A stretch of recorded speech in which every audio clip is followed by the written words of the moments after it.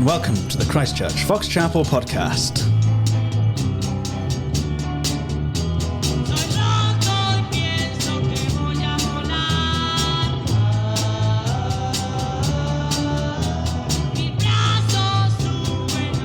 It's the fastest growing conservative, evangelical, charismatic, chiastic podcast in the entire Fox Chapel area. Yep.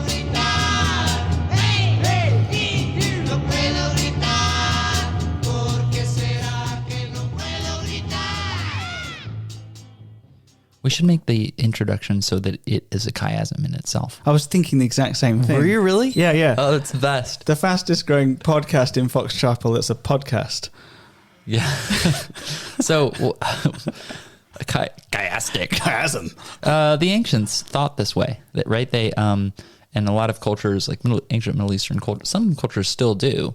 And the idea is that I think the mind doesn't work quite the same in the same linear way that Westerners do, but it's more of a circular kind of thing. And oftentimes the core meaning or the most important point is at the center of the argument. So you make a series of arguments that where the first thing you say is kind of mirrored by the last thing you say. Yeah. And then the second thing you say is mirrored by the penultimate thing you say. And then there you have right in the middle of the whole discussion an idea that hasn't got a parallel pair. Yeah. It comes right in the middle. It hasn't got a pair. And so it sticks out. It's like a hamburger. Okay. Yeah.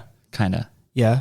Not exactly, except it's like a hamburger that you make in a perfect chiastic fashion. Chiastic hamburger. So very much like a hamburger in a chiastic. Yeah, does that makes sense to everyone, so right? Maybe you have a bun, and then you have a patty, and then you have some bacon, and then another patty, and then a bun. Well, cheese is in there sometimes. So you'd have a bun, and then a patty, and then cheese, and then bacon, and then cheese, and then a patty, and then a bun.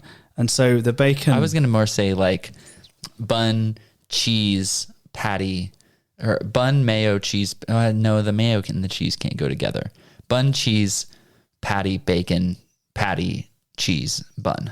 So what's yours is bacon as well? Well, it's not a... It's all about the bacon. It's not a burger without bacon. And so bacon is in the middle of your chiastic burger. Yeah. And therefore, really, it's not a burger, it's a bacon. It's a ham bacon. I feel that the burger ought to be in the middle because it is a burger. But well, whatever, however it is that you make your sandwiches, the point is that the meat of choice is in the center. This is possibly the worst description of a chiasm I've ever heard. Okay, no, sorry. That's what we specialize in. Is poor descriptions of things that don't make it any clearer. So it's like we have So this would be like going to someone in ancient Greece and explaining what a burger is by starting with a chiasm. Well, they didn't have burgers. It takes its name from the Greek letter chi, which is shaped like an X. Yeah. And when you kind of diagram out the thing, you can almost imagine kind of little arrows pointing to a central point, and X almost marks the spot. Right in the middle, you've got one idea that hasn't got any mirrored thing like it. Yeah. Mm-hmm. And so when you have a paragraph or whatever chapter that's chiastic, usually that chapter will begin and end with the same sort of thought, and it'll keep on going like that until right in the middle you've got a big thing that stands out, and in a sense that's the ancient way of using bold, highlight, underline, font change, flashing letters. Yeah. And I was just listening to Tim Mackey and the other guy, the other guy, John Collins, and the Bible Project this morning. And they were talking about how the whole Torah, first 5 books of the Bible, are a giant chiasm, right? So Leviticus is the bacon. Yeah, Leviticus is ironic, totally the bacon. Yeah, because outlaws pork.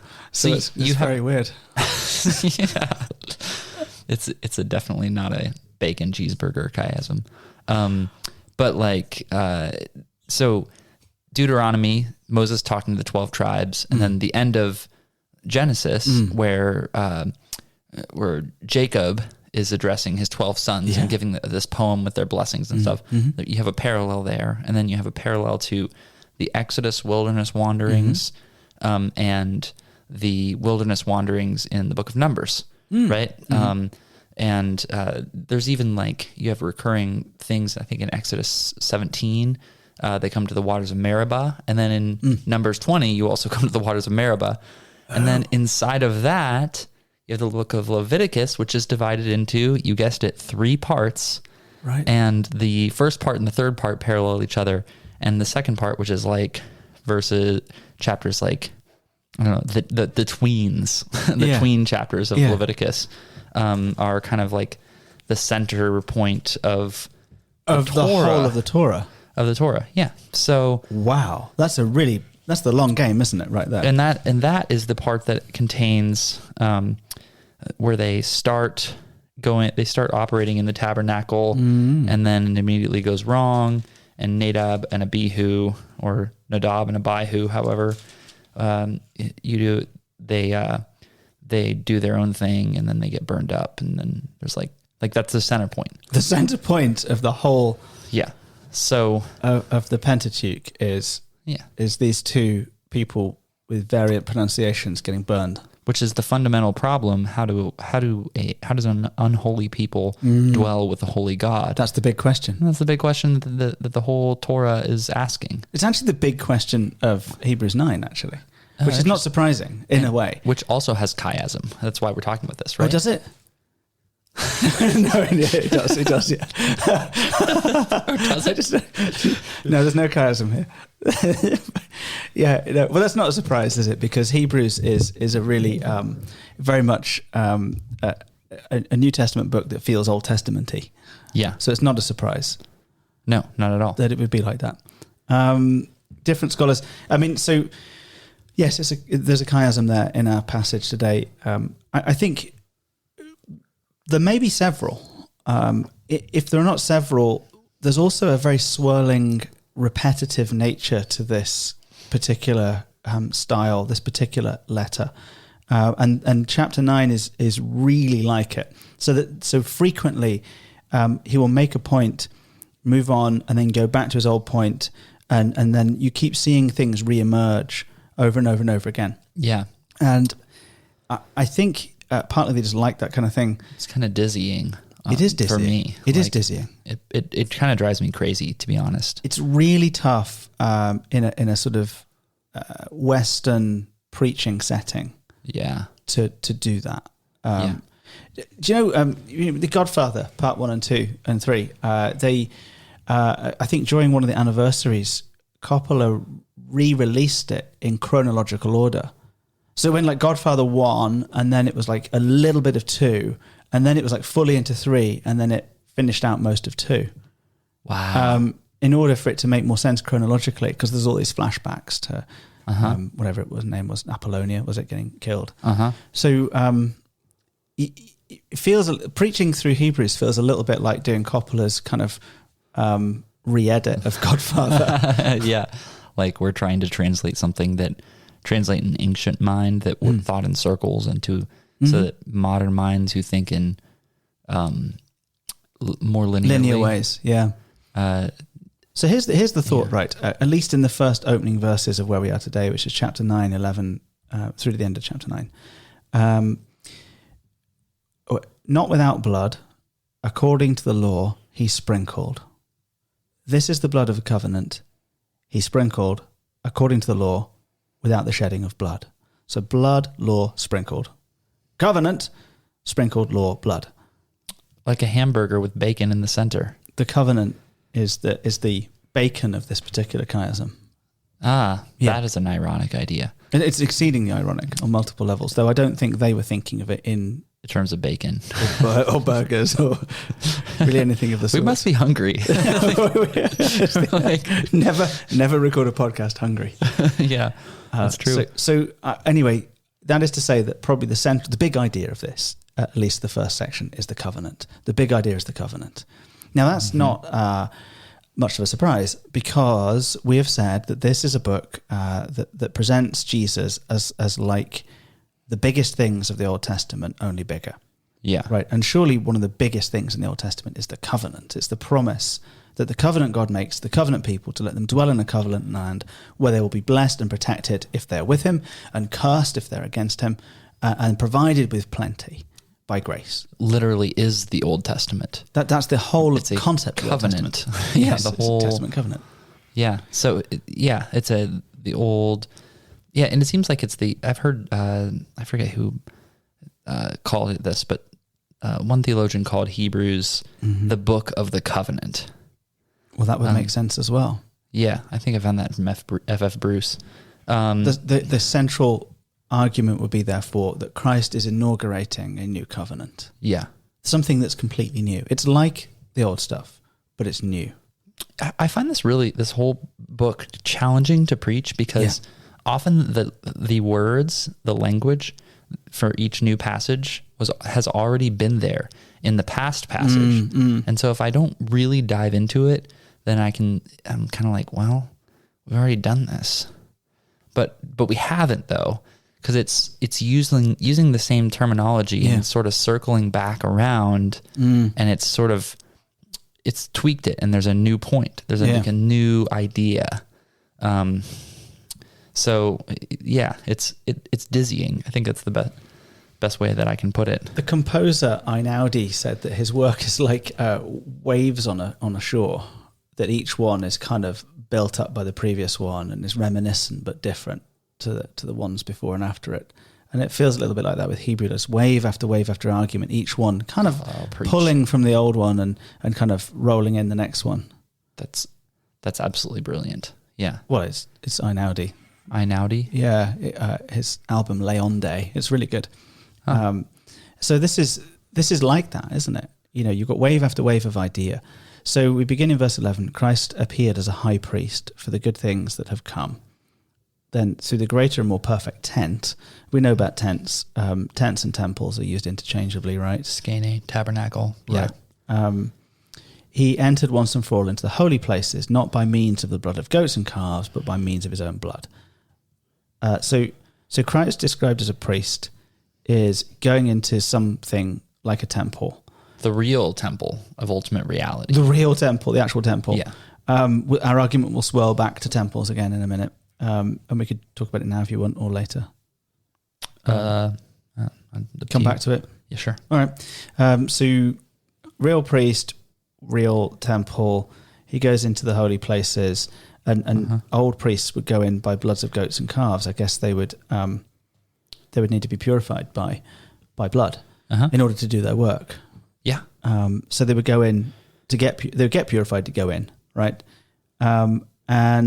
And then, having been purified by blood, they would then start sacrificing things that were made of blood. Because they've dealt with their own sins, and now they have to do what they've come in to do, which is to deal with the sins of the people. On their behalf. Yeah. So there's lots of blood, lots of death. Yeah. Yeah, okay. And remember, this is all about the covenant, and the covenant was inaugurated or ushered in also with blood. Mm-hmm. Oh, yeah, yeah. That's right. So you kind of think like the sacrificial system is always reminding them of the whole thing, the covenant. Yeah. Which is the big idea here. It's the little act of sacrifice is reminding them of the bigger act of how they got there in the first place.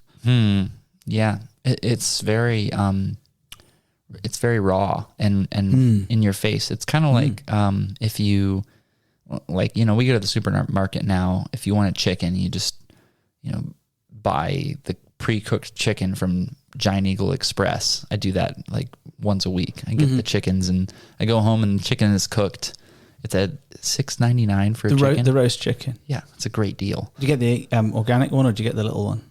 They only have the cheapo ones. The cheap one. I know, I'm ashamed to say. No, it's good. But it's like right there. But like that's a different experience than if you like have the chickens out back. Your children have named them, and you have to, it's like, time for dinner. Got to go out and like slaughter Henrietta and then pluck the feathers, and like the visceral nature of that really would have you would have had to slow down and be thoughtful about sin and the consequences and the cost of it, the cost of life. Yeah. Or it would all be very. Well, it's all very physical, isn't it? The Old Covenant's very clear and very physical and very, visible. Yeah. So, which is the argument here, right? That the blood of goats, verse 13, goats and bulls, the sprinkling of defiled persons with the ashes of a heifer, they sanctify for the purification of the flesh. They have an external function of purifying your body and getting you kind of right. Make it holy. That's what sanctify means, right? Yeah, albeit in a superficial way. Yeah. It's superficial. The passage we're going to say it's also temporary, but it's superficial. For the record, we're not talking about the doctrine of sanctification here with that word sanctify. It just means making a person clean here. Yeah, it's related to the word saint, isn't it? And consecrate and set aside. Yeah. I'm just clarifying that because I see that and sometimes I see a word and I'm like, oh, is that what that is? But it's no, because he's still talking about the Old Testament practice here and saying in the Old Testament, the old practice with the old priest in the old temple with the old sacrificial animal would have a superficial and temporary effect of purifying the outer bits. Yeah. Right. And then it's a how much more argument, verse 14, which Paul uses sometimes as well. How much more will the blood of Christ, who through the eternal Spirit offered himself without blemish to God, purify our conscience, not just our flesh, but all of us? So it's a deeper reaching redemption. And it's longer too, because it's eternal, the eternal Spirit. Yeah. And it's a purer sacrifice because it's without blemish. And so therefore he's the mediator of a new covenant. And I think that's your bacon right there. That's the bacon. Yeah, right there. That's in more ways than one. Right? Because he's rendered all things clean. Yeah, because you can eat bacon in the new covenant. And that's why the new covenant's so much better. Because bacon makes everything better. Yeah. Yeah. I'm sure we're probably going to get some comments or emails about people about like the ethics of eating bacon and stuff. And yeah, we might do. We might. But Christ said that all things were clean. Yeah. If you can send those to Bridget at christchurchfoxchapel.org. And Joe Narocki, who recorded our Bacon Sunday jingle. Yeah, tell Joe Narocki. So I think this is the meat of the sandwich right here. Yeah. Therefore, he is the mediator of a new covenant. So he's presented here, isn't he, as being like a priest, only bigger, like a sacrifice, only bigger, going into some sort of temple, which we haven't really dug into yet, but it's like a temple, only bigger. And what he does has a more lasting effect. It's eternal, and a deeper effect. It works on the conscience as well as the body. Yeah. And we call this new deal. We call it a new covenant. Yeah. So what's the old covenant, and what is the new covenant? So what's the old covenant? The old covenant is the temple, the arrangement, the old arrangement where you're under the temple and having to make imperfect sacrifices that never really reach to the core of things. And when Christ in the Last Supper says, "This is my blood of a new covenant," what's the essence of the new covenant that he inaugurates? In my blood. Right. Right? Yeah. For you and for many, for the forgiveness of sins. So he understands his sacrifice at Calvary as being the sacrifice of the new covenant that is actually somehow occurring in the real holy place. Mm-hmm. Yes. Yes. So he's seeing this as an amplification or a fulfillment of all the old stuff, like all the old stuff, only bigger. Yeah. Yeah. And intriguingly, verse 15 says he's the mediator of the new covenant as well, which is just a really fun term. I don't know. Priest, right? I mean, same thing. Or yeah. not? Yeah. Yes. A reconciler, an intercessor, interestingly. Yeah. Someone who intervenes between two in order to restore peace or friendship or form a compact, which would be a covenant. Ratifying a covenant. It's the ratifier of the covenant. Ratifier. That's what a mediator is in this sense. So he's not just the sacrifice; he's the one that kind of holds it all together. Okay. He's really presented as everything with that image, isn't he? The priest and the sacrifice, and really, essentially, all of the things that work in the temple, all of them. Yeah. like the altar and the knife and all of it. Yeah. Yeah, and this is something I've seen Hebrews doing over and over again. It's like every single thing, all of it is kind of pointing forward. Right. Into the reality of God. Right. I guess to say that God is the fulfillment of the creation is not like, it's kind of like no duh. Like he definitely is. I think one of the reasons why the bulletin cover worked quite well for this series is just that it's just this like shotgun of words, just all over the place. Yeah. Which, as is the book. Yeah, it really is. Repeated and spread across the page. And it's chiastic. I wonder how it would have been listening as a first century listener to hear this. Maybe the circling back worked well with an oral auditory society. Yeah. As opposed to like we're more of a imagistic but we were kind of a literary society. Until Snapchat.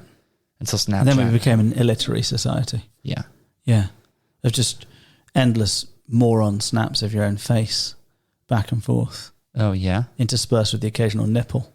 That's our society. Oh, really? I'm not. Dismal mess. I'm not up on Snapchat. I'm not on it, so. Well, Christian Horner uses it. Oh.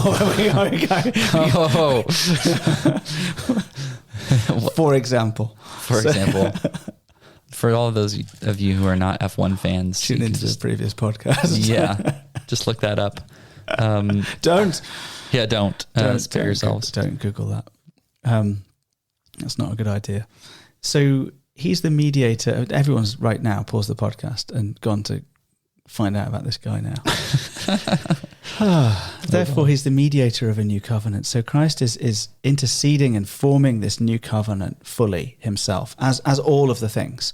And, you might say, like you say, our bulletin cover is kind of a chiasm because in the bubble in the middle, it says, who is Jesus? And that's the big question. Yeah. It's all designed to get to that.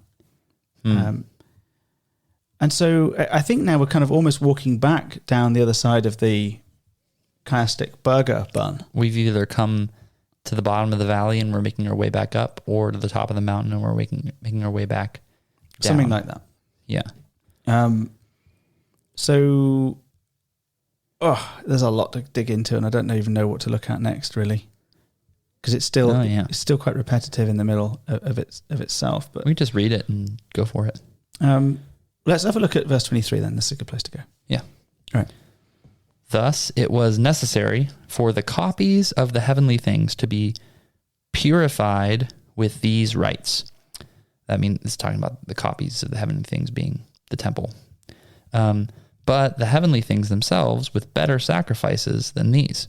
For Christ has entered not into holy places made with hands, which are the copies of the true things, but into heaven itself, now to appear in the presence of God on our behalf.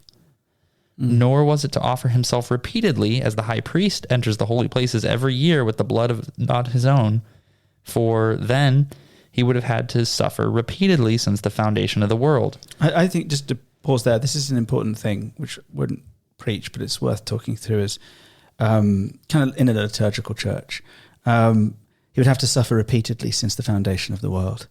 When we do communion, we're not re-killing him. No. This is a major problem. I think a lot of churches give us this sense that it's some sort of eternal myth of the God, and the God dies and rises again every Easter. No, he died once, he rose from the grave. Right. And every year we think it's a good idea to, in a special way, have a party to remember it. And that's precisely what it is. And you would say that the weekly thing we do is a smaller version of that thing too. Yeah. It's like a little version of the year. But what we're doing when we're at the holy table as believers is we're not re-sacrificing Jesus. He was sacrificed once and for all. Yes. And so that old medieval idea that the priest was at an altar sacrificing a sacrificial victim of Christ. Yeah. Is not a theology that's compatible with the book of Hebrews at all. And so the meal we have is a memorial meal. Yeah. Now there are all sorts of mysterious ways that Scripture leaves open for us to understand that Christ is present to us in some way, spiritually speaking. Yeah. But not. This is not his literal body and blood being sacrificed again by me. Well, this is a really important practical point too, because if the way that we receive God's grace is through an infusion at the communion table or altar, then essentially it's kind of like you have then being a Christian would be sort of like having congenital diabetes. Oh, and getting dialysis. And you have to go, and if you don't go to get your insulin treatment, get your infusion, then you're out of luck. Or like, so let's say it's been like... So how long would it last? Communion. What's the communion? Yeah. What's the half-life of a communion wafer, do you think, spiritually speaking? Yeah, what is it? Maybe like your digestive cycle? Well, people have different ideas, don't they? Like weekly, monthly, annually. Well, like people have, in a sense, through their patterns of behavior, demonstrated what they, as Pelagians, think the life cycle of a communion service is. And what if you haven't been to church or received communion in a while and you die and you're on your deathbed and you haven't and the priest doesn't get there in time? Like, what do we say? And you haven't had a chance to go through your latest cycle of confession and an infusion of grace through the sacrament. Then are you just out of luck? Is that how it works? It's taking something that is initiated by God and making it into this kind of mechanistic work that's performed by humans. Right. That's why it's a bad theology. And actually, the New Testament priest that sacrifices Christ is Christ, not a guy. So the nearest New Testament equivalent of the person that kills Christ is the Roman centurion or the high priests of Judaism. Yeah. Or Pilate or someone like that. So actually, if I'm taking this real view that I'm really sacrificing Christ on an altar, then I'm a Roman soldier with a nail gun. And that doesn't seem to bode very well for me. Yeah. So it is a really, really important point here that Christ's sacrifice was once and for all. And we find that in our liturgy. The reason why Cranmer put those words in our Eucharistic prayer is because this is the very purpose of the Reformation, to make it abundantly clear that we in church are not repleading or reenacting or redoing anything. Yeah. But we're recognizing that this new covenant has been inaugurated once and for all by the blood of Christ. Yeah. And which is why we hear the institution words from, sort of in our communion liturgy as well. I think it's hard for people to live with the idea that everything that's needed has been supplied already once and for all. And it's like, okay, like it's done. Because then we all want to be like, well, what do I do now? And I think you bang on with that, right? And so in verse 14, we get to it. So it's interesting, right? So we've got this tension here that the work is done, right? It's very clear the work is done. There's no more work to be done because the work is done. Christ has done the work. He's the worker, right? The work is done. No more work. And then he says in verse 14, how much more will the blood of Christ, who through the eternal Spirit offered himself without blemish to God, purify our conscience from dead works to serve the living God? And so the Christian is actually sent off by Christ to serve. So the work is done. No more work to be done. Yeah. Now go off and do some work. Yeah, but it's a different kind of service. I mean, I wonder what that word is. Is it that word serve? I just have my English Bible here. It's latreo, I think. Latreo? Yeah, from latris, which is menial ministering. Okay. Rendering a religious homage, do service, worship, serve, minister, do slave stuff. To worship a living God. Yes. So officiate. It's a different kind of thing that we're... The work is done, and now in light of that, with our dead works gone, we now can do living works. Yeah. I like how Augustine put it. Love God and do what you will. Because the idea is if you love God, then he will transform your will to do which is good and pleasing in his sight. So there's a lot of freedom there. We're not continuously trying to go back and check to make sure the foundation is solid. So we're not trying to bring ourselves into the covenant by our works, because that's been done. We're not trying to do something high priestly. We're not trying to sacrifice. We're not trying to earn our way into the presence of God. And we're not trying to deal with sin, because sin has been dealt with once and for all. I mean, the real essence here, the reason why we're okay, is because a sin has been dealt with. Yeah. And I think that's in here like 3 or 4 times in this passage. It kind of says it in multiple places, that this is one of those bits that swirls around an awful lot. It's just how much more the sin has been dealt with. Yeah. Like look, say for instance, verse 22, for example, right? Without the shedding of blood, there's no forgiveness of sins. Yeah. And he goes on to talk about the Day of Atonement and how every single year the high priest had to enter the most holy place and offer sacrifice. Right. And but Christ has actually like done that once and for all. So it's finished. Yeah. And he's borne the sins of many in verse 28. And he's put away sin in verse 26, which means to like abolish. So that's really significant. Yeah. The decisive work of his perfect sacrifice is to do away with sin completely. So the old system with the old priest in the old temple with the old sacrifice would essentially have a superficial function. It would also have a temporary function. You'd have to go back and get more because it had a half-life. But this doesn't. Yeah. This is eternal, and it's perfect, and it's full, and it's done once, and therefore, because it worked, sin has actually decisively been put away in the life of the believer. I've found just in being a pastor at this church over the past 4 years that, and also as being a human being, that we have a radically underdeveloped understanding of this. I think a lot of us really still think that we are still in our sins, and we think that our own sins still, our past sins still have the dominant or final word on our lives. Okay, and I think I see that too. And to ask you more about that, what also about present sins? Because our sins have been put away, and yet we know we still do them. I think that we continue. Well, I think first off that like for a lot of people, the view that the past, there's an idea that the past has not been actually atoned for. Okay, so before we even get onto today, we even got like even that, like that thing that I did is not actually fully covered.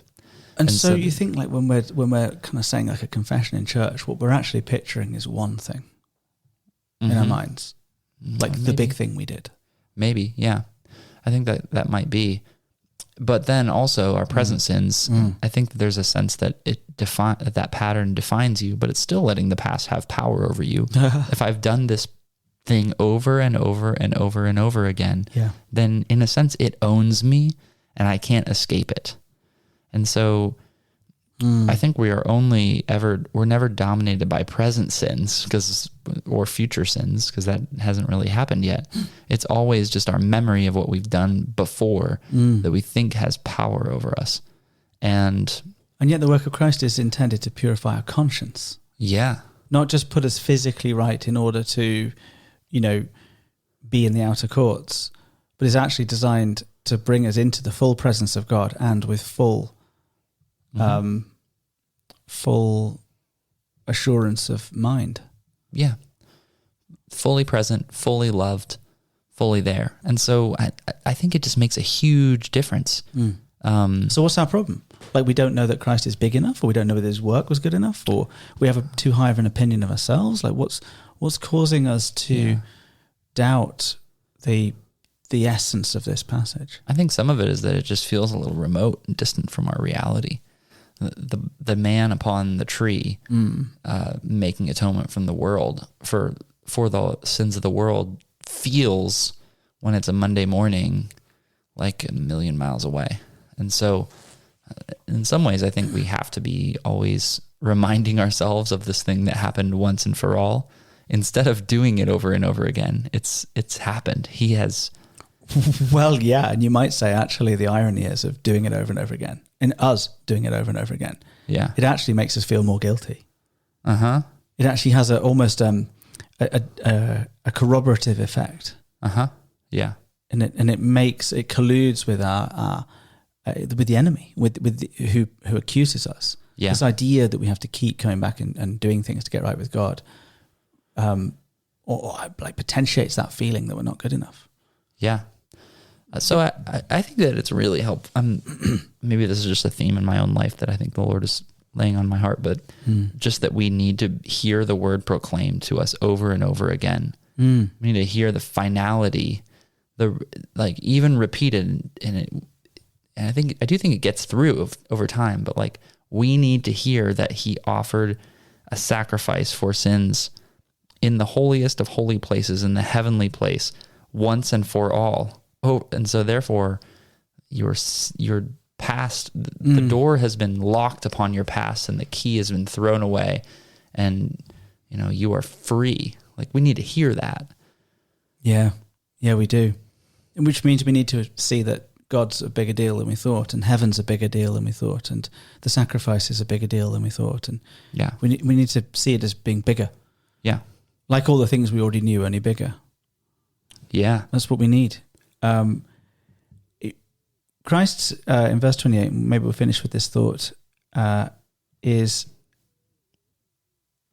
going to return, and a second time, and not to deal with sin. I think that's important. Mm-hmm. So, again, the sermon doesn't have time for this, but there's this idea that some people have of, well, I'm not sure if I'm really right with God, or Uncle so-and-so is right with God. But, hopefully when Christ returns at the end, like he'll take a few days to come down, and that'll be when, we sort it out. Or maybe he'll forgive me then, or whatever. And his second appearance is not for the dealing with of sin. Why? Because it's been dealt with. So he's not coming back to deal with sin, because it has been dealt with. This is how sure we can be that it's been dealt with. Next time he comes, he won't deal with it. Yeah. Because it doesn't need to, because it's been dealt with. What he will come to do, verse 27 says, is judge. So judgment is on the way. Not grace. Grace is already here. Mm-hmm. And grace is so powerful that when judgment comes, we will thrive under it. That's crazy to think. It is. The judgment of Christ is not something for us to fear, because the forgiveness of sins worked. So the idea here is that God's not going to come down again and sort of like put his finger in the pie, so to speak. Give us another chance. Like it, or that there's some sort of other more revelation being needed. Nope. It is in the fullness. It is here, and the next time you see him, the gig's up. That's the end. And you could look at it one of two ways. That you could say, well, that's terrifying. That's awful. Or you could say, that's awesome. That's really thrilling. Yeah. And really your answer to that is going to depend upon whether you know him or not. And that's precisely where verse 28 ends. That this will be for those, this will be to appear for those who are eagerly awaiting him, or eagerly waiting for him. And so I think a really solid question is, are you? Are you waiting eagerly for Christ?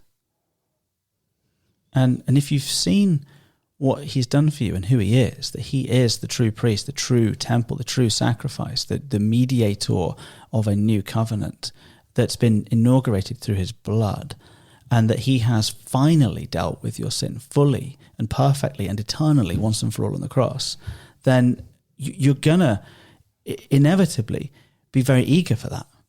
Yeah.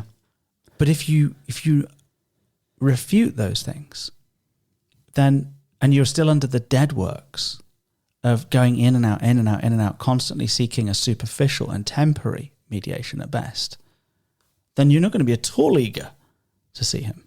You would not be thrilled to see him. Yeah. No, you would not. I don't know that Hebrews 9 will find its way onto the menu of McDonald's. But I think with the whole burger chiasm thing, there's and Pentateuch thing, there's definitely a Five Guys joke to be made in there somewhere. Oh, that's really good. Thanks. Well done. I didn't make it. Bravo. The listener must make that joke for themselves. Touché, sir. It's been a pleasure, everyone. This has been a podcast of Christchurch Fox Chapel, brought to you in association with Burger King. Thanks for listening. We'll see you all very soon. Stay classy. Chiasm.